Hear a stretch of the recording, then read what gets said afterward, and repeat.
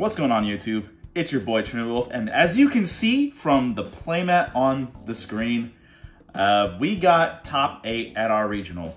So I was not actually expecting to do this well in this regional. Literally the only reason I went, it was because my locals were actually hosting this regional. Out of, I think it was like 222 or 3 players, we got top 8. We got 7th place, and it was an 8-round regional. We went 7-1, and I'm going to be having the matchups right on the left side of the screen if you want to see that there. And pretty much the only reason I lost against the Salmon Great matchup, I literally just bricked. Like, I go first game 1, unplayable hand, pass, kills me with access code. Game 2, open up full combo, but I get drolled, turns my turn off, and then just access code again. And that was pretty much it. And the only thing that made me upset about it was the fact that, like, later he found me after I was, like, signing the papers and stuff for the invite. He told me, he's like, yeah, after that match, I did terrible for the rest of the day. I'm like, wow, of course. Like, of course. But it's whatever. We still got our invite. We got our playmat. Unfortunately, we didn't get the deck box, so we're going to have to push for that deck box. We got the purple one and the pink one now. Now we got to get that sweet, sweet black one. Like, I really wish I got a higher ranking than 7th, but at least we got the playmat at least. So anyway, guys, if you are new to the channel, please destroy that subscribe button. Hit the thumbs up button for me. And as you guys can see, every time we take Heroes to a regional or some kind of event, your boy always does good. Like the last regional I had on, you know, the channel, which I can't remember how long ago it was, but we topped that as well, got our invite, and that was with the Spatians in our deck too, like with Neo Spatians. So if that doesn't prove that you should be following me and watching my insight and my knowledge, and pretty much just, I'm just so good with this deck. I'm not even gonna lie to you. I have the experience. It is well worth following me if you're trying to learn this deck, okay? I'm just a master. But without further ado, let's just get started with this deck profile. All right, you guys, so starting off, it's pretty much gonna be the same as the deck profile, almost like the one I uploaded like a couple days ago. But we are gonna be starting off, of course, with 3 copies of Vision Hero Ferris. You wanna see this card. It's definitely the best combo starter you have for the entire deck. Along with 2 copies of Vision Hero Vion. Honestly, just kind of for this format in particular, he's maybe the best normal summon, just due to the fact that if you want to dodge Droll, you might have to sacrifice getting Polymerization. But that's the reason why we also play 2 of this card, because let's say you normaled Vion to send a hero, and let's say it was Shadow Mist, and you had another hero card in your hand, you could literally use Shadow Mist to get Ferris, because Vion's effect to get Polymerization is not once per turn either, but because we want to dodge that Droll, we might have to consider match-changing Vion when we're trying to search with Shadow Mist. But normally he's not the normal summon I'd like to have, but trying to get a Dark on the field and getting Darklaw out to avoid the Droll and Lockbird, because that's literally what everybody's playing this format. Trying to get Darklaw out as fast as possible is just the way to go. Even though it mostly didn't happen that much during this regional, but that's pretty much been my whole mindset, was just try to get a Dark monster out as fast as possible for the match change, to get Darklaw out to stop the Droll. And then of course, 1 copy of Vision Hero Increase. I know a lot of people are playing 2. I still don't like it, and obviously the proof is right here, because I got this is the invite, obviously, so 1 increase always works for me. So if you don't like it, then that's okay, but I'm telling you, 1 increase is just, you don't want to see that card in your hand. And if you play 2 of it, sure, you have the other one in your deck, but then you just have a dead card in your hand, and I'd just rather just see it in my hand and deal with it and just move on. I don't want to put more bricks in the deck. And speaking of non-bricky cards, we are playing 3 copies of Elemental Hero Stratos. Even though he's like our best searcher and bait, again, mostly just sucks due to Droll, because nothing hurts more than having Stratos and searching for a card and then getting Drolled immediately after. But luckily, if you open up like Ferris and another hero to discard, Normally Stratos is best to search like Plasma in case of a Droll and Lockbird situation. So that way if you do get Drolled, you're like, well, I'm going to be able to have 3 bodies on board and be able to make Plasma. So now that you got to deal with a skill drain after Drolling me. Then of course 2 copies of Shadow Mist. I'm sorry, but you guys who are playing 1, you are absolutely insane. Somebody actually came up to me and was asking me how many I played, and I said 2, and they said, they're like, thank you for saying you still play 2, because I tried playing 1 and I lost so many games just playing 1. And I'm like, see, because it's stupid. Why would you play 1? Like, I'm sorry, but that's just dumb in my opinion. 1 copy of Elemental Hero Liquid Soldier, which, well, it's pretty much always probably going to be a 1 of. Best card to get your draw to, discard a card when fusioned off with. And it also has a normal summon effect that I know most people don't use, because it never really does come up. But when you normal summon this card, you can target a level 4 lower hero monster in your graveyard, special summon it. So if you didn't want to get Joeled, if you used Ferris to discard Mist and put increase in your spell and trap zone, you could always normal summon Liquid Soldier, get your Shadow Mist back out, and get Mask Change. I mean, you're going to get Joeled right then and there, but now your opponent's going to have to deal with Microcosmos. And then last but not least, the Elemental Hero Neos and Elemental Hero Honest Neos.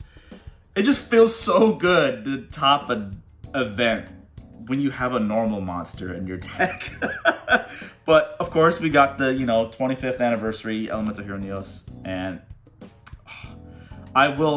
it's crazy to say that Neos was literally the MVP of this entire day. Like, what? A normal monster being your best thing?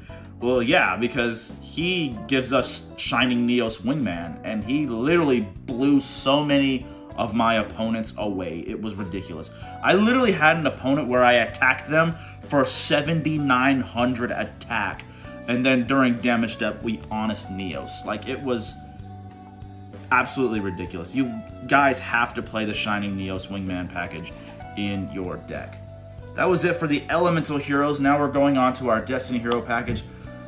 Destiny Hero Plasma, 2 copies of Malicious, 1 Denier, and of course the Destiny Hero Dark Angel. Some people are starting to get a little bit smarter now, where they'll wait for Dark Angel to come out onto the field and then hit me with Nibiru. Like, that's kind of happened twice now, which honestly kind of sucks. But then again, if you see like Rivalry of the Warlords, then you can still lock them under a rock at least. But if that does happen and you're still able to continue your main phase and you haven't really used your Denier or Malicious yet, you can always just use Plasma and take the Nibiru, and now you just have a really big Plasma. Alright, that was it for our hero engine for our monsters. Now we're just going on to our hand traps. I'm just running 2 copies of Ash Blossom and Joyous Spring and 2 copies of Droll and Lockbird. Hate that we gotta play this card, but we're in one of those weird formats where you're just seeing a bunch of wacky decks being played. As you can literally see from my matches, I'll display them again on the screen. Literally nothing crazy. Like, sure, there was Purely, there was no Kashtira, there was like nothing crazy. Like, but Rescue Ace was pretty crazy, but there was really nothing that was like, everybody's just playing something different this format. So Droll just happens to fit well into those formats where you gotta play Droll and Lockbird, which sucks for us, but you have to deal with it. Anyway, on to our spells. Gotta play 3 copies of Hero Lives. Crazy enough, this resolved all day. Like, there was never a time where Hero Lives got negated. It's crazy because so many people are really just playing Droll, and I don't know if they're just cutting Ash Blossom out, because I only seen Ash like a few times. But Hero Lives resolved all day on that regional.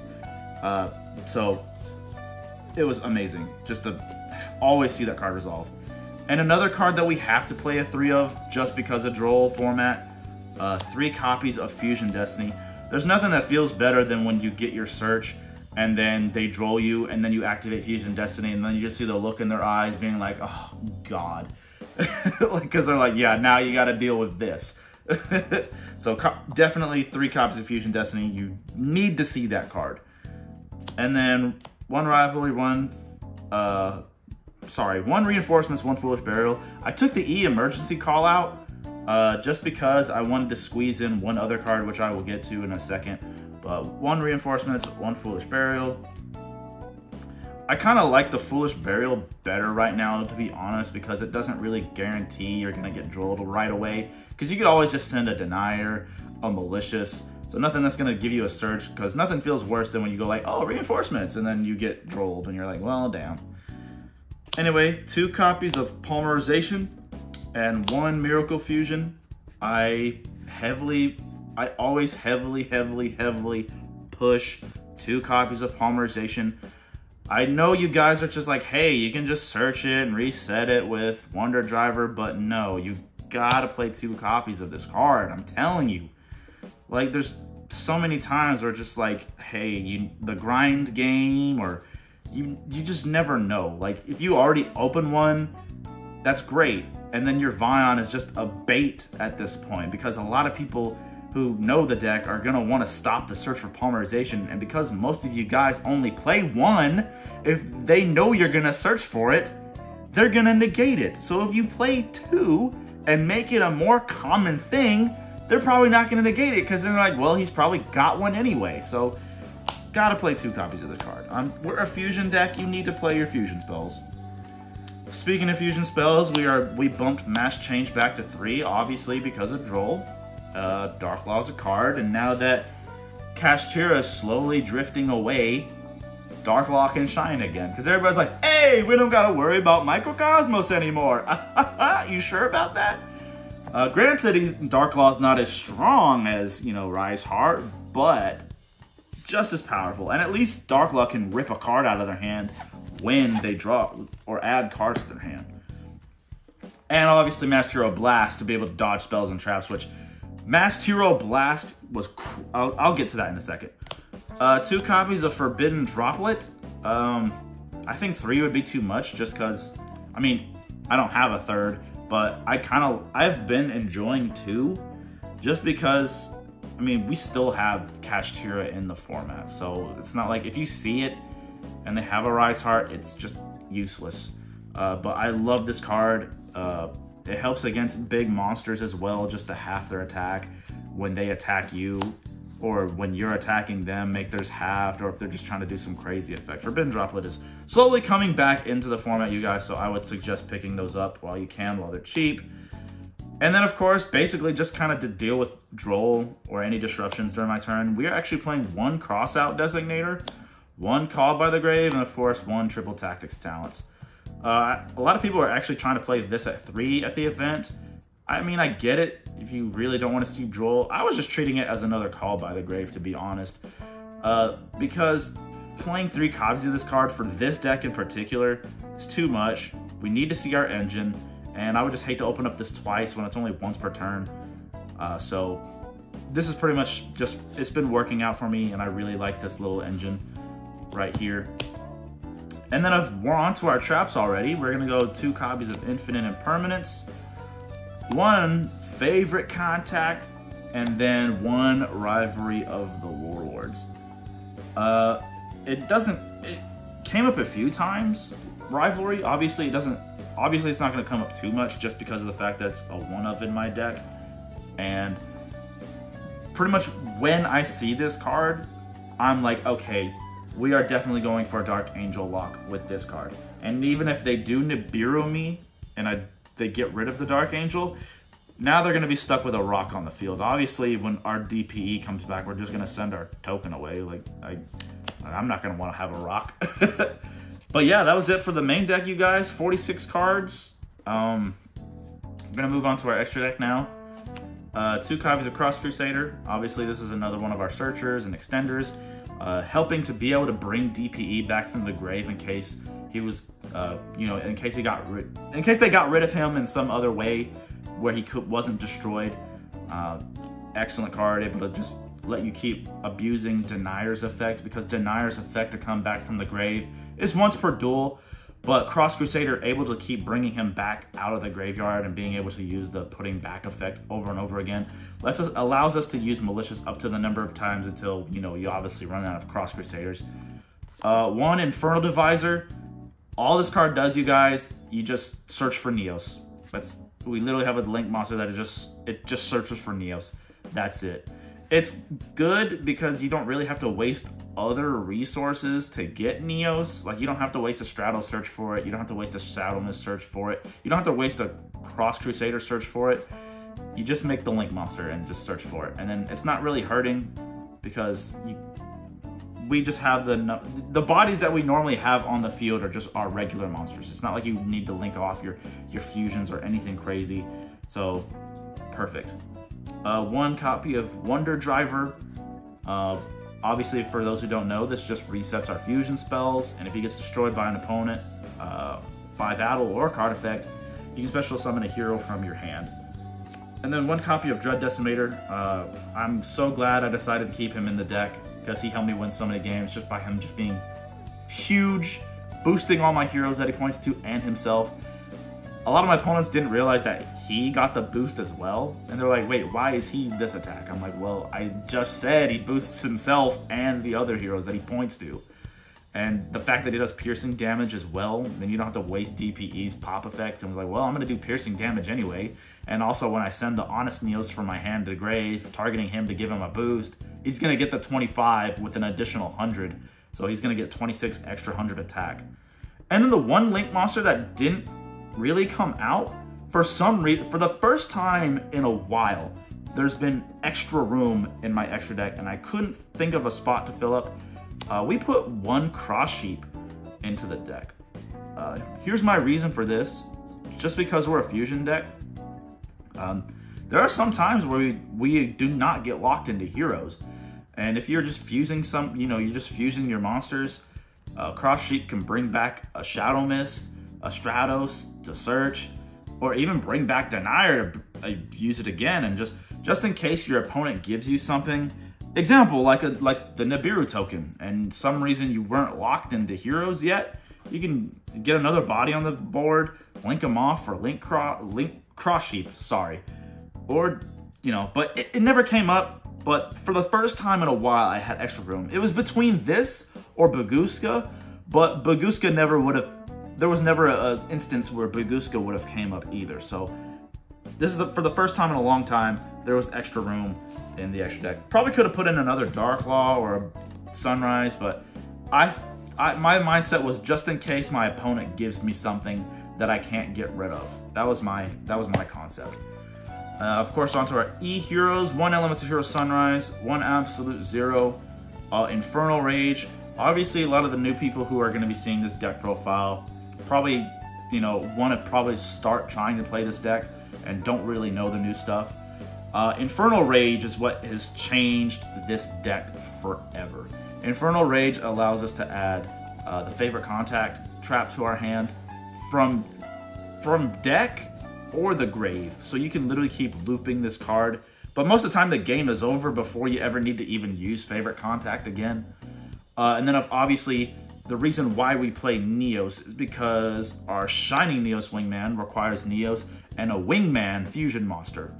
So the reason why you make Infernal Rage with Neos is so that you can use Infernal Rage's tag out effect and spit out another elemental hero, which is most likely going to be Sunrise. So that way you can just cheat out Sunrise and get a search for Miracle Fusion. So we never really even have to fuse for Sunrise anymore, just due to the fact that Infernal Rage can just cheat out Sunrise or any other lower 7 elemental hero. But Sunrise is really the only one that we're playing right now. And then last but not least, for the elemental heroes, we have Wake Up Your Elemental Hero. Now, obviously, this is a new one to a lot of other players who are just trying to get into the deck, except for those guys that have been following me and know pretty much what all the hero cards do. But I'm going to explain everything to other people just because of, you know, they may not know. But Wake Up Your Elemental Hero can basically use as many fusion materials as possible. Most of the time you make this with Miracle Fusion. It requires 1 Elemental Hero Fusion monster plus Warrior monsters. So you can literally fuse this away with everything in your graveyard, essentially. But it can only make attacks on monsters up to the number of materials that you used for the fusions. So if you use 2 fusions for his summon, you can attack twice. He gets 300 boost for every material you've used, and when he attacks something, it's gonna activate his effect to destroy it, and they take damage equal to that monster's original attack. So basically, it works like Flame Wingman as well. Basically, whatever attack Wake Up Your Elemental Hero has, that's basically what they're gonna always be taking. So yeah. And then on to our Masked Heroes, 1 Dark Law, 1 Blast.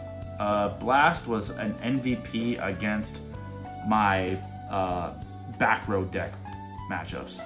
Eldritch, Labyrinth, pretty much round 7, Blast was carrying me against that 1 Labyrinth player. And then when DPE came out, it was just ridiculous. Bounce, pop, bounce, pop, bounce, pop. It was literally just bounce, pop, bounce, pop, bounce, pop. It was like crazy, and he just could not keep up. Even though that player in particular literally kept seeing Pot of Prosperity and just was able to just keep going. These two were just too much. So obviously you saw the Phoenix Enforcer, and last but not least, Destiny Hero Dystopia. Dystopia was one of those that didn't come up, but he was there just in case, because I did not want to go into time. That was one thing that worried me about this regional, because there's so many times where I go to events like this and time is a huge factor. So I did not want time to happen. So I wanted Dystopia there to be able to burn, and he can also work like Phoenix Enforcer as well. As long as his attack is different from his original, he can pop a card on the field. Of course, it's really only going to be a one-time thing unless you find a way to boost him again. But yeah, that was it for our main deck and extra deck. But because this is a regional deck profile, I will be showing my side deck, just because of, we got our invite with this, so gotta show the side deck. So for back row, we literally did triple copies of Cosmic Cyclone, probably the most cited card of the day. Cosmic Cyclone to help get rid of just floodgates, or just any kind of problematic card, or just getting rid of stuff ahead of time. Harpy's Feather Duster, obviously one of the best cards to see against back row. Against Eldritch Game 2, he just did the classic set 5 pass. I literally already had this in my opening hand, activated Feather Duster, blew his entire backboard away, and then I was able to go crazy. And I guess you can consider this back row removal too still.